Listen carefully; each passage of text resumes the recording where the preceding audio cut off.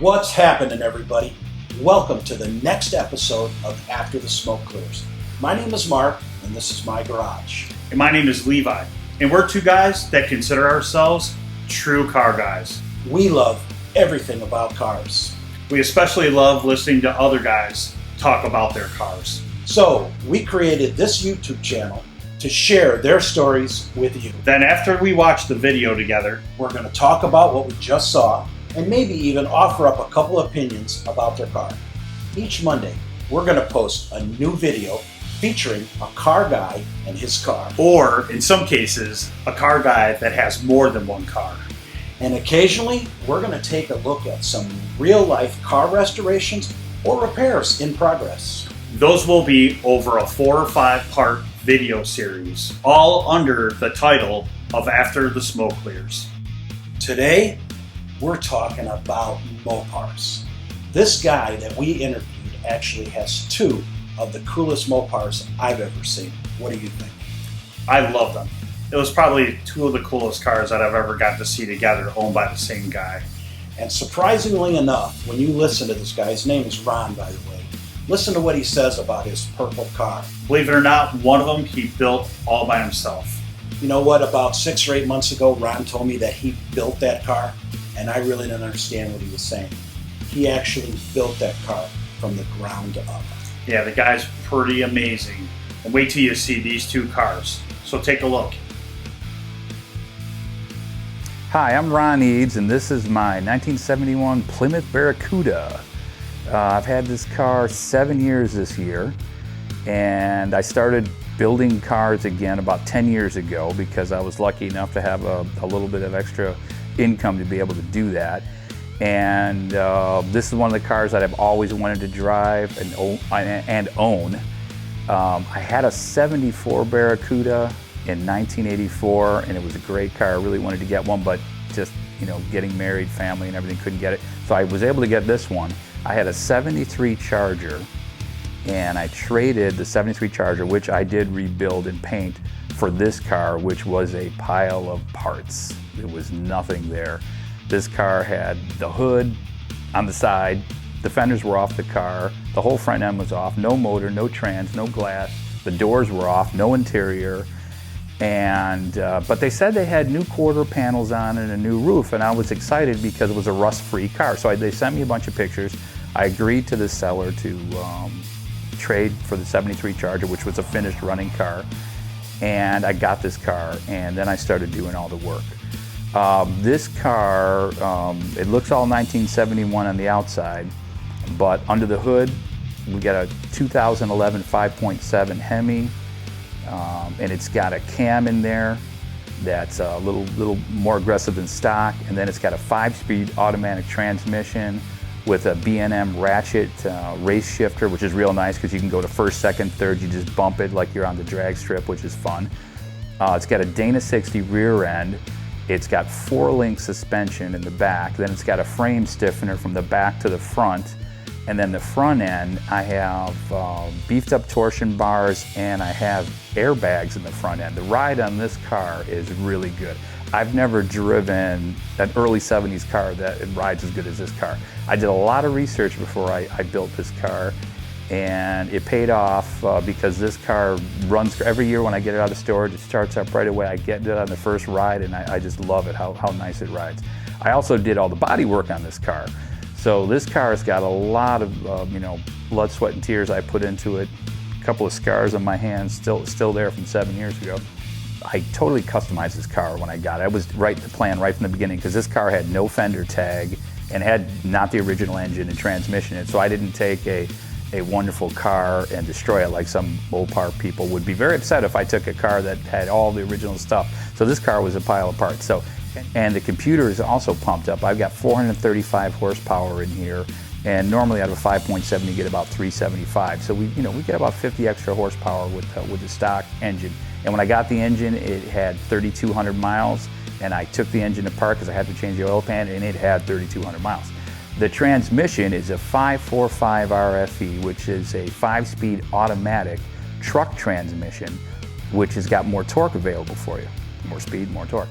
And the rear end is a Dana 60 with 392 gears. So when you give this thing shift down the first gear, you really get a lot of power out of the combination here. So, and you can really, the RPMs, you can go up to about 7,000 RPM without wrecking this motor, you know, maybe 6,800. You can really rev it up. So you get first, second, third, you get a lot of power. The suspension, I have a lot of ride tech parts in here. The rear end's got spring over the shocks, and then I've got 4-link, and then I've got stiffeners from the back to the front to keep the frame tight on there because it's a unibody car. And the front end, I've got torsion bars, and I've got ride tech air shocks, and I have the compressor, I have the air shocks in the front, so real smooth ride. This car also has air conditioning, which is nice, power windows, the stereo kicks butt. I've got a 2,000 watt stereo with two 10-inch subwoofers in the back deck, but you can't see them. So if you look in the interior, it looks kind of stock in there.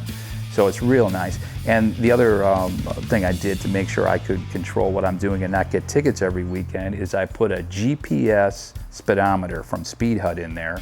So you can have any tire, any transmission, anything, your speed is always right on the money. Nice little speedometer, about $375, not that much money, really nice.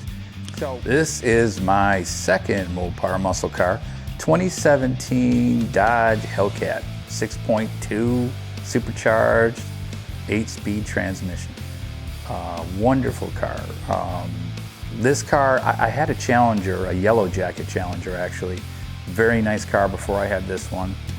2012 yellow jacket Challenger, but it had a 392 in there, which is about 500 horsepower. This got 707 horsepower, a little extra push when you're going down the highway. I haven't got any tickets in this car yet, amazingly. Haven't got any tickets in my Barracuda either. This car though, I did not want to buy a Hellcat at first because I'm like, you're gonna put 700 horsepower in a car, a street car, with a street car rear end and a street car transmission. So actually, I did research on this car for about a year. I was looking at what's actually in the car. This car has, it's not the regular engine that's in the other Challengers. The crank in this car, the crankshaft, is way more thicker and beefier and hardened. It's hardened. It can take the horsepower. And also the transmission that goes in these cars is beefed up. It can, and the torque convert, it can take the 707 horsepower.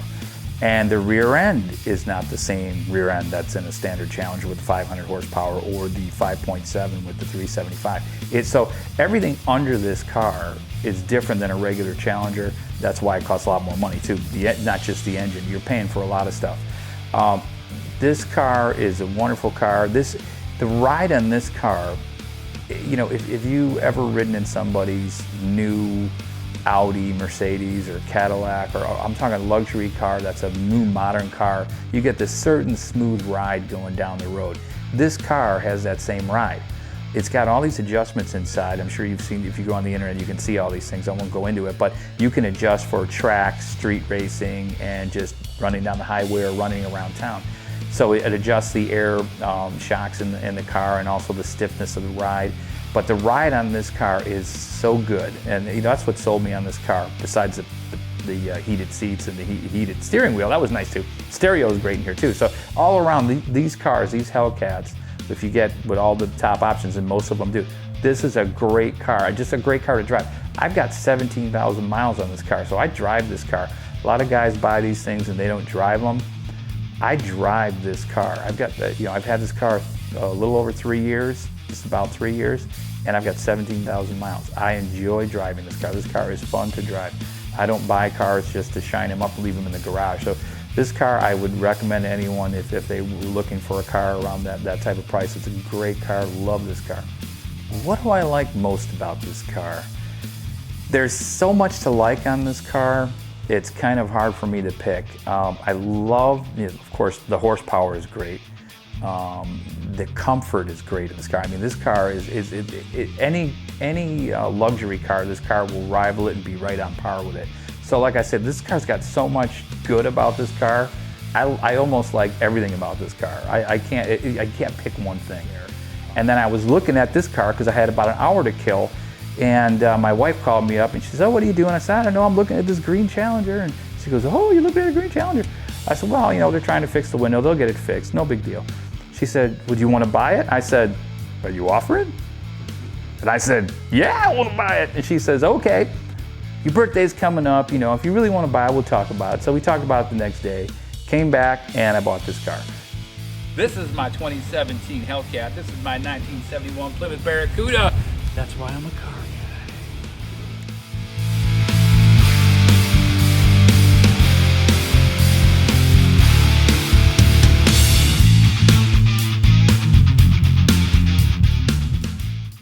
All right, welcome back. And I am sure that you guys were as impressed as we were with these two beautiful cars. I can't believe how technical this man got into putting together this car using a new school engine in an original 1970 Barracuda. And a new rear end. I mean, a truck transmission in a car. Have you ever heard of such a thing? I haven't, but you know what? It's a 5-speed, and I think that's awesome. The thing I was really impressed with is how nice his interior and how original it looked. Mm-hmm. I loved that he kept that old school outside appearance, but man, you open up the hood and it's like driving a brand new Challenger. Yeah, exactly. You know, he even made a comment in there. He didn't want to upset any Mopar people by the restorations that he did. And honestly, I mean, I think he did a wonderful job just paying homage to an antique Mopar, but put some oomph behind it. Well, it's a shame he got rid of another Mopar that he had that he rebuilt and did the paint and everything on that car also. But he sold that one to pick up this other one. Levi, what did you think of his green car with the Hellcat motor in it? I mean, come on, Hellcat? Yeah. What a name. So, unfortunately, Mark, you and I have been involved with another video where Ron and I had to do burnouts together. And I could do a burnout for about 30 feet, and he could do a burnout all the way to California. That's right. It was amazing. And the smoke that this guy produced with that car was unbelievable. But I understand he bought some new tires, and it cost him like $450, and he didn't want to do another burnout. You know what? I get it. But you don't know what you're missing. All right, Levi, I got to tell you, I just want to send a really big thank you to Ron for allowing us to come to his house and film him and his awesome cars. I'm sure that you guys enjoyed that just as much as we did. Now, what we're looking forward to is next week, guys. You want to make sure that you tune in to next week's episode.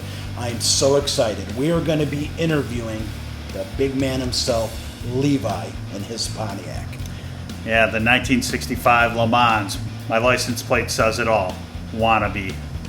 Yeah, that's right. Well, you're going to have to tune in next week because we're not going to give anything away just yet, right? Not yet. All right, well, we hope you guys liked this video. And if you did, go ahead and hit that like button below to let us know that you give it a thumbs up. And most importantly, click the subscribe button. That really lets us know that you want to see future videos. Thanks for watching, and we'll see you next week. On After the Smoke Clears.